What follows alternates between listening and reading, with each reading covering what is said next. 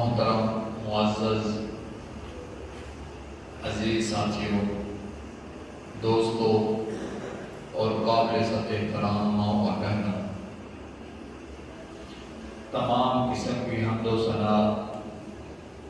خالق ارض و سما احکم الحاکمین رب العالمین کے لیے ہے، اور درود و سلام امام الانبیاء خاتم الانبیاء خاتم الرسول جناب محمد رسول اللہ صلی اللہ علیہ وسلم کے لیے ہے۔ اللہ وہ اللہ ہے جو ہماری تعریف کا محتاج نہیں، جو ہماری بزرگی کا محتاج نہیں، جو ہماری عبادت کا محتاج نہیں، بلکہ وہ تو وحدہ لا شریک ہے۔ میرے سامنے میں نے آپ کے سامنے سورۃ حج کی ایک آیت تلاوت کی ہے اور اس کا سادہ سا ترجمہ آپ کے سامنے رکھا ہے، اور میری کوشش ہوگی کہ میں اس کا مفہوم آپ کے سامنے اس تھوڑے سے مختصر سے وقت کے اندر رکھوں کہ اللہ رب العزت کی ذات نے اس آیت مبارکہ کے اندر ہمیں یہ بتلا دیا کہ کائنات کے اندر جو کچھ بھی ہے، چاہے وہ پہاڑ ہو، چاہے وہ سورج ہو، چاہے وہ چاند ہو، چاہے وہ ستارے ہو، چاہے وہ درخت ہو، جو کچھ بھی ہے جس کا ہمیں علم ہے اور جس کا ہمیں بہت زیادہ کائنات کے اندر جو کچھ ہے اس کا علم نہیں ابھی تک، لیکن یہ ساری کی ساری چیزیں اللہ رب العزت کی تصویر بیان کرتی ہیں، اللہ رب العزت کے آگے سر بجود ہو جاتی ہیں، اللہ رب العزت کی ذات کو سجدہ کرتی ہیں۔ میرے سامنے یہ تو اس آیت کے اندر اللہ رب العزت نے بتلا دیا، لیکن اگر ہم قرآن کو اور پڑھیں، اگر ہم قرآن کا اور مطالعہ کریں، اگر ہم قرآن کو اور اچھے طریقے سے سمجھیں تو ہمیں قرآن سے اور بھی بہت کچھ ایسا ملے گا کہ جس کے ذریعے سے اللہ رب العزت کی ذات نے ہمیں یہ بتلایا ہو۔ تو میرے سامنے قرآن کی اور جگہ اللہ رب العزت فرماتا ہے تسبح له السماوات السبع والارض، کہ ساتوں زمین اور ساتوں آسمان اللہ رب العزت کی تسبیح کے اندر لگے ہوئے ہیں۔ اور صرف یہی نہیں،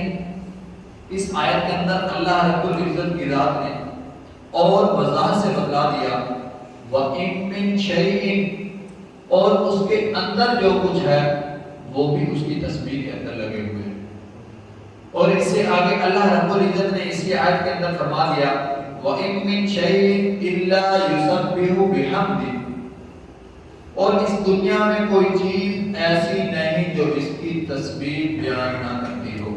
جو اس کا ذکر نہ کرتی ہو۔ لیکن میرے سامنے آگے اللہ رب العزت نے فرما دیا وَلَكِنْ لَا تَفْقَهُونَ تَسْبِيحَهُمْ، اب جو کچھ بھی اس کائنات کے اندر ہے وہ ساری کی ساری چیزیں سب کے سب اللہ کی تسبیح بھی بیان کرتے ہیں اور اللہ کے سامنے سجدہ بھی کرتے ہیں، لیکن ہمیں نظر نہیں آتے۔ ہمارا ذہن ہمیں یہی کہے گا کہ ہم نے تو کبھی نہیں دیکھا کوئی درخت کا پتا کو ذکر کر رہا ہو یا کوئی درخت بلند آواز سے اللہ اللہ کر رہا ہو، ہم نے تو ایسی کوئی بات نہیں سنی اور نہ ہی دیکھی۔ تو اب اس کا جواب اللہ رب العزت کی ذات قرآن مجید میں دیتا ہوا نظر آتا ہے وَلَكِنْ لَا تَفْقَهُونَ تَسْبِيحَهُمْ، تم ان کے انداز کو نہیں سمجھتے۔ میرے سامنے یقین کریں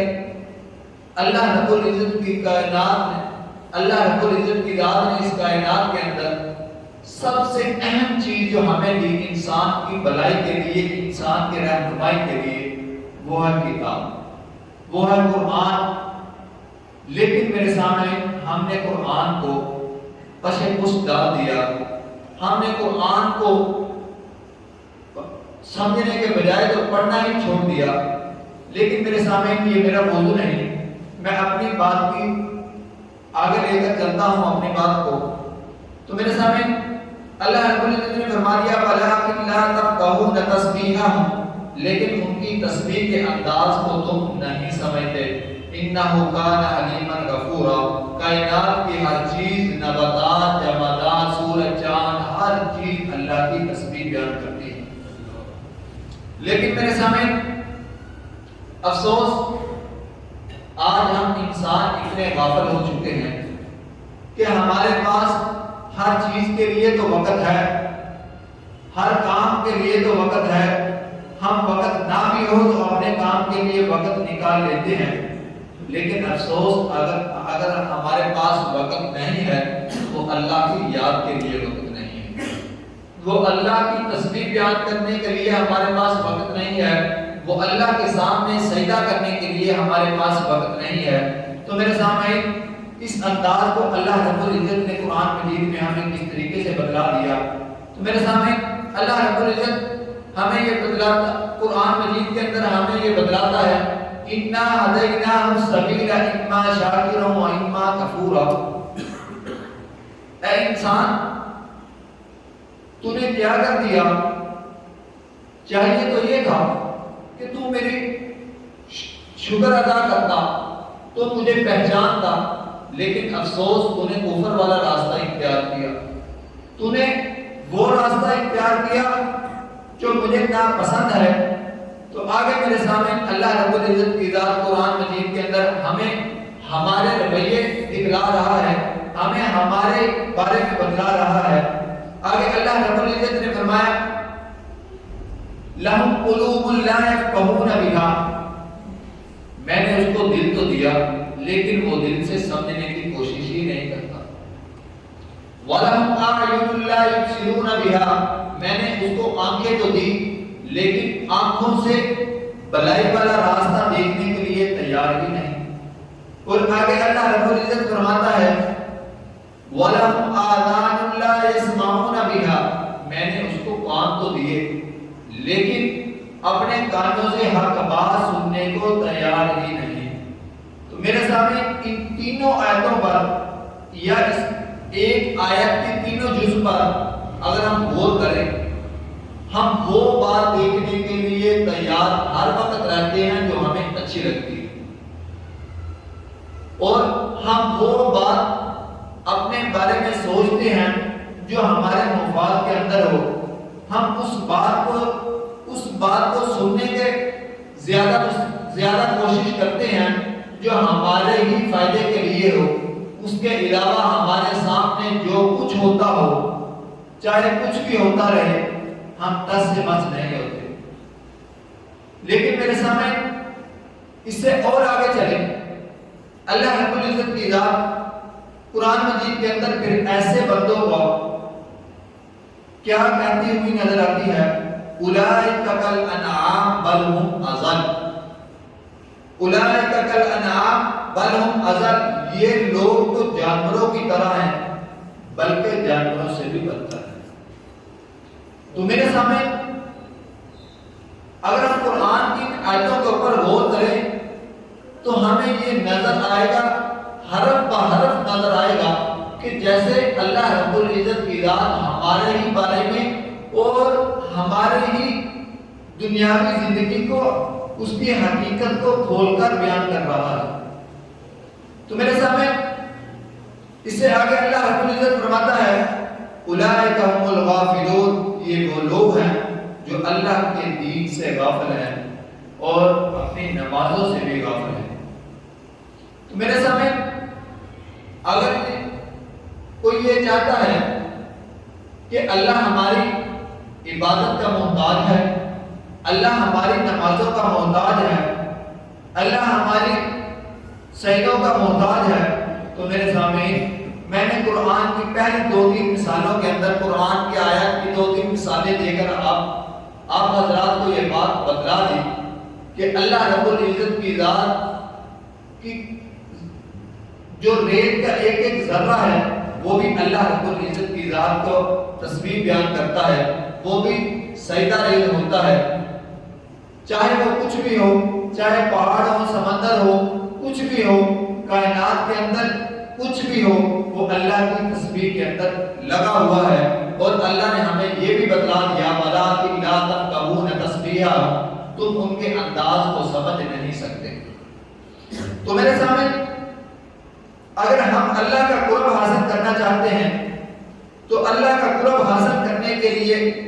اگر ہم اللہ کے قرآن سے کوئی پوچھیں کہ یا اللہ ہم سے جو پیچھے ہوا ہم اسے تو درگزر فرما، ہم توبہ کرتے ہیں، ہم معافی مانگتے ہیں، یا اللہ ہم تیرا قرب حاصل کرنا چاہتے ہیں، تو اپنے قرب حاصل کرنے کا کوئی ہمیں طریقہ بتلا۔ تو قرآن سے آواز آتی ہے واسجد وقترب، واسجد وقترب، سجدہ کر اور میرے قریب ہو جا۔ تو میرے سامنے اللہ رب العزت کی ذات نے ہمیں بتلا دیا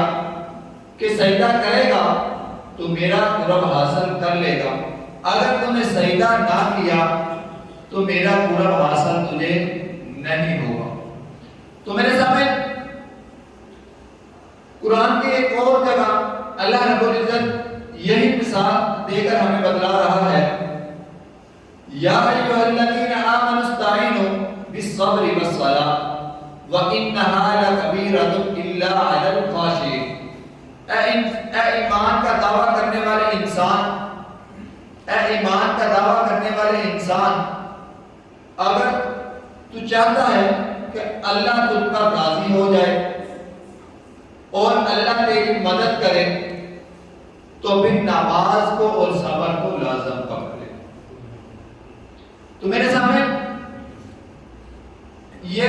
اگر ہم اس دنیا کے اندر کامیابی چاہتے ہیں، دنیاوی زندگی کے اندر اور آخرت والی زندگی کے اندر اگر ہم کامیابی چاہتے ہیں تو اللہ رب العزت کے قرآن نے ہمیں یہ نسخہ بتلا دیا، یہ دو کام جو انسان کر لے گا تو وہ یقیناً اس دنیا کے اندر بھی کامیاب ہوگا اور آخرت کے اندر بھی کامیاب ہوگا۔ اور وہ نسخہ یہ ہے کہ اللہ کے اوپر ایمان لانے کے بعد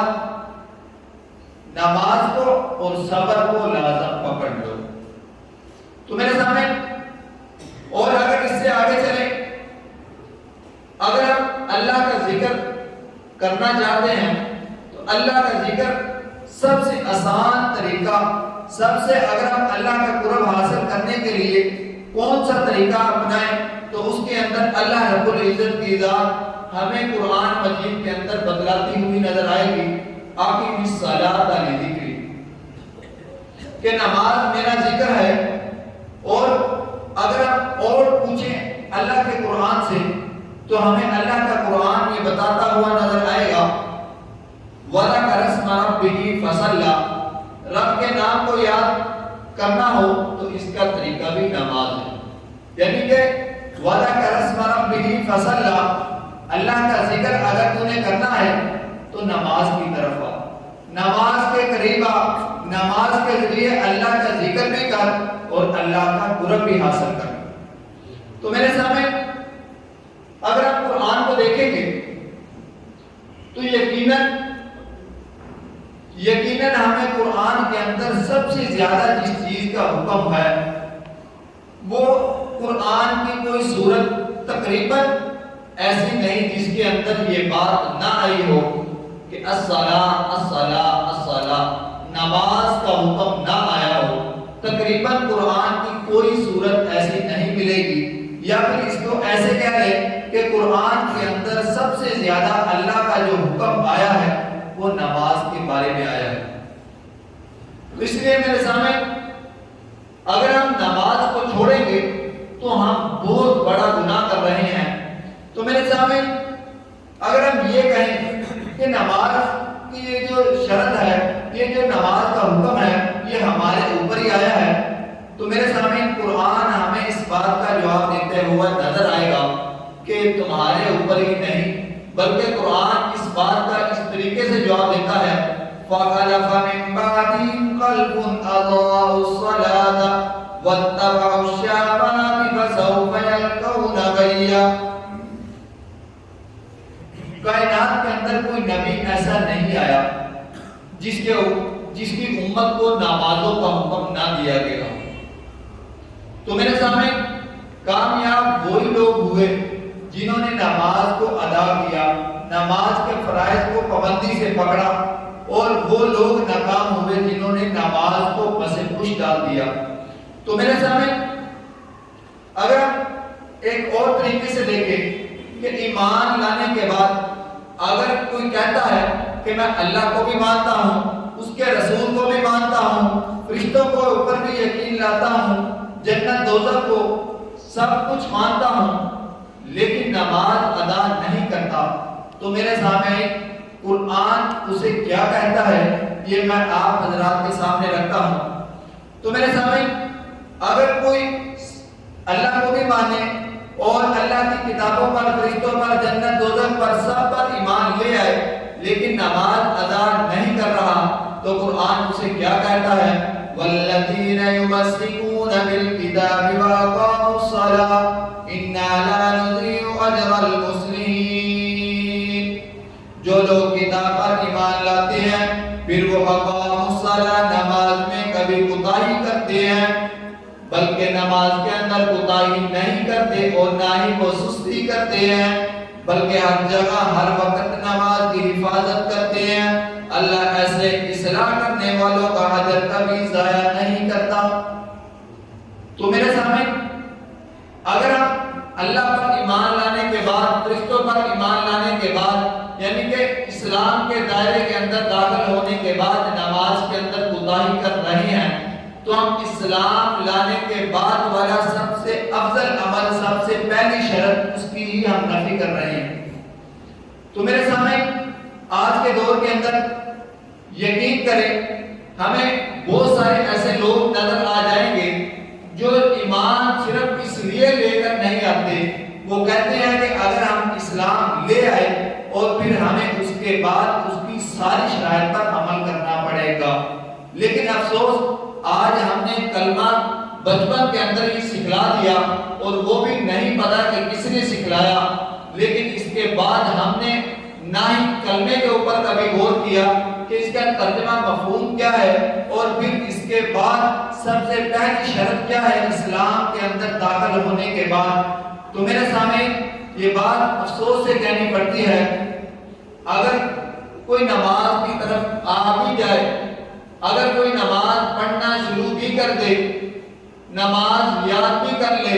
لیکن نماز پہلے نمبر پہ نماز ہی اچھے طریقے سے یاد نہیں ہوگی، اور پھر ترجمے کی تو بات ہی ہم نہ کریں، اس کے بارے میں ہی اچھا ہوگا. تو میرے سامنے اگر ہم دیکھیں رسول اللہ صلی اللہ علیہ وسلم اسلام کے اندر اگر کوئی داخل ہوتا، جب سب سے پہلے کوئی ایمان لے کر آتا تو اسے سب سے پہلے نماز ہی سکھلائی جاتی. بلکہ مسلم شریف کے اندر یہ حدیث موجود ہے، بین العبد و بین الکفر ترک الصلاۃ، مسلمان اور کافر کے درمیان فرق کرنے والی چیز نماز ہے. تو اس سے یہ بات صاف ہوتی ہے کہ اگر کوئی مسلمان اسلام کا دعویٰ تو کرتا ہے، اسلام کے اندر داخل ہونے کا دعویٰ تو کرتا ہے، لیکن افسوس کے ساتھ وہ نماز ادا نہیں کر رہا، تو اسے اس حدیث کا اچھے طریقے سے یاد ہونا چاہیے کہ رسول اللہ صلی اللہ علیہ وسلم نے میرے بارے میں کیا کہا. تو میرے سامنے دوسرے نمبر پہ اگر ہم نماز چھوڑیں گے تو ہم شرک کے زمرے کے اندر آ رہے ہیں. یہ بات میں خود نہیں کہہ رہا، بلکہ مسلم کے اندر یہ حدیث موجود ہے، ان بین الرجل و بین الشرک والکفر ترک الصلاۃ، مسلمان کافر اور مشرک کے درمیان فرق کرنے والی چیز نماز ہے. آگے اللہ رب العزت قرآن مجید کے اندر بھی فرماتا ہے وَأَقِمِ الصَّلَاةَ وَلَا تَكُونُوا مِنَ الْمُشْرِكِينَ، نماز پڑھو کہیں مشرک نہ ہو جاؤ. تو میرے سامنے یہ بات میں خود نہیں کہہ رہا، یہ اللہ کا قرآن اور نبی کریم صلی اللہ علیہ وسلم کا فرمان کہہ رہا ہے. تو میرے سامنے اللہ کے نزدیک جو نماز ادا نہیں کرتا وہ مشرک بھی ہے اور کفر کے بھی قریب ہے. تو میرے سامنے اس کے بعد ایک اور حدیث کے اندر رسول اللہ صلی اللہ علیہ وسلم نے فرمایا من ترک الصلاۃ متعمدا فقد کفر، جس نے جان بوجھ کر نماز چھوڑی تحقیق اس نے کفر کیا۔ اسی طرح ایک اور حدیث کے اندر حضرت عبداللہ بن شقیق فرماتے ہیں اصحاب محمد لا يرون شيئا من عمله تركوا كفر الا الصلاۃ، کہ صحابہ کرام رضی اللہ عنہم اجمعین اگر کسی کو دیکھتے کہ یہ شخص نماز ادا نہیں کر رہا تو اسے وہ سمجھتے تھے کہ یہ کفر کے اندر داخل ہو گیا ہے۔ تو میرے سامنے اگر نماز کی اہمیت کا، نماز کی فضیلت کا ہمیں اندازہ ہو جائے تو یقیناً ہم نماز نہیں چھوڑیں گے۔ تو ایک چھوٹا سا واقعہ جو مسند احمد کے اندر آتا ہے، حضرت ابو ذر رضی اللہ عنہ فرماتے ہیں کہ ایک دفعہ سردی کا کچھ موسم تھا، رسول اللہ صلی اللہ علیہ وسلم کے ساتھ میں باہر آیا تو رسول اللہ صلی اللہ علیہ وسلم نے ایک درخت کی شاخ کو پکڑا اور اسے ہلایا تو پتے سارے جڑ گئے۔ تو رسول اللہ صلی اللہ علیہ وسلم نے فرمایا کہ ابو ذر تو مجھ سے یہ نہیں پوچھتا کہ آپ نے ایسا کیوں کیا؟ تو آپ صلی اللہ علیہ وسلم نے فرمایا حضرت ابو ذر نے فرمایا کہ اللہ کے رسول صلی اللہ علیہ وسلم ضرور بتلا دیجئے۔ تو آپ صلی اللہ علیہ وسلم نے فرمایا کہ اگر کوئی مسلمان نماز ادا کرتا ہے، پہلے اچھے طریقے سے وضو کرتا ہے اور پھر نماز ادا کرتا ہے، اس کے سارے گناہ اسی طریقے سے جڑ جاتے ہیں۔ تو اس لیے میرے سامنے نماز کی پہلے نمبر پہ ہم نماز کی طرف آتے ہی نہیں، دوسرے نمبر پہ ہمیں نماز کی اہمیت اور فضیلت کا ہی پتہ نہیں۔ تو میرے سامنے نماز بہت ضروری ہے۔ اگر ہم دیکھیں گے تو نماز کی اہمیت اور اس کی فضیلت کا اندازہ اس بات سے بھی لگایا جا سکتا ہے کہ رسول اللہ صلی اللہ علیہ وسلم اپنی زندگی کے آخری دنوں کے اندر، آخری ایام کے اندر بھی جبکہ سخت بیماری کی حالت میں بھی تھے، اس وقت میں رسول اللہ صلی اللہ علیہ وسلم نے فرمایا الصلاۃ وما ملکت ایمانکم، نماز اور غلاموں کا خیال رکھنا، یعنی کہ اپنی نمازوں کا خیال رکھنا اور اپنے ماتحتوں کا خیال رکھنا۔ اور پھر اس کے بعد آپ صلی اللہ علیہ وسلم بیہوشی کی حالت میں تھے، اور جب آپ صلی اللہ علیہ وسلم کو ہوش آتا تو پھر حضرت ابو دردہ رضی اللہ عنہ فرماتے ہیں کہ رسول اللہ صلی اللہ علیہ وسلم فرماتے الصلاۃ الصلاۃ الصلاۃ۔ تو ایک حضرت ابو دردہ رضی اللہ عنہ فرماتے ہیں ایک اور حدیث کے اندر کہ آپ صلی اللہ علیہ وسلم نے فرمایا اوصانی خلیلی اللہ تشرک باللہ شیئا وان کنت او غرفت ولا ترک الصلاۃ مکتوبۃ متعمدا۔ میرے دوست رسول اللہ صلی اللہ علیہ وسلم نے مجھے نصیحت فرمائی کہ اگر تیرا جسم جلا دیا جائے، تجھے ٹکڑے ٹکڑے کر دیا جائے، تجھے ہر طریقے سے اذیت دی جائے، اس صورت میں بھی تو نے نماز کو نہیں چھوڑنا۔ تو اس لیے میرے سامنے میں اپنی بات کو ختم کرتے ہوئے صرف ایک یاد دہانی کے لیے کہتا ہوں کہ جمعے کے دن تو ہماری مسجد بھر جاتی ہے، عیدوں میں ہماری مسجد بھر جاتی ہے، لیکن افسوس جمعہ کے درمیان اگلے جمعے تک جتنی نمازیں ہوتی ہیں ہمیں اس چیز کا کوئی خیال نہیں ہوتا۔ میرے سامنے آج اگر کوئی ہماری پریشانی ہے، کوئی مصیبتیں اگر کوئی دور کر سکتا ہے تو وہ صرف وحدہ لا شریک کی ذات ہے۔ تو اس کے سامنے جب ہم نہیں آئیں گے، اس کے سامنے اپنی فریاد نہیں لے کر آئیں گے تو میرے سامنے پھر ہم اپنے کاروبار کو جتنا بھی چمکا لیں، اپنے آپ کو جتنا بھی آسانیاں دے دیں، لیکن ہمارے اندر سکون نہیں ملے گا۔ ہمیں سکون تب ہی حاصل ہوگا کہ جب ہم اپنے پروردگار کے سامنے سرمسجود ہوں گے، اس کے سامنے اس کا ذکر کریں گے، اس کے سامنے اپنی فریاد رکھیں گے، تب ہماری مصیبتیں مشکلاتیں دور ہوں گی۔ اگر کوئی انسان اس کے علاوہ کوئی راستہ ڈھونڈتا ہے تو وہ غلط راستے پر ہے، تو وہ شیطان کے راستے پر ہے۔ اس لیے میرے سامنے ہمیں چاہیے کہ ہم سب سے پہلے اپنی نمازوں کا خیال کریں۔ جب انسان نمازوں کا خیال کرتا ہے پھر اس کے بعد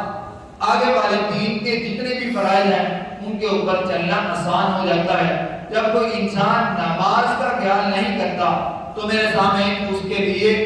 یہ دنیا بھی مشکلات ہیں، اس کے اندر بھی مشکلات آئیں گی اور آخرت کے اندر بھی مشکلات آئیں گی۔ تو ایک میرے سامنے اگر ہم چاہیں قرآن سے اور بے نمازی کے بارے میں معلوم کرنا چاہیں، قرآن کا اور اگر ہم مطالعہ کرنا چاہیں تو اس سے اور سخت سخت سزاؤں کا بھی حکم آیا ہے، اس سے اور بھی سخت سخت الفاظ آئے ہیں۔ اس لیے میرے سامنے ہمیں چاہیے کہ ہم پچھلی چیزوں پہ توبہ کریں، واسجد واقترب۔ ہم اپنے اگر اللہ کا قرب حاصل کرنا چاہتے ہیں تو اللہ کے آگے اپنے سر کو رکھیں اور پچھلے گناہوں کی معافی مانگیں اور آگے اس کے بعد اللہ کا قرب حاصل کریں۔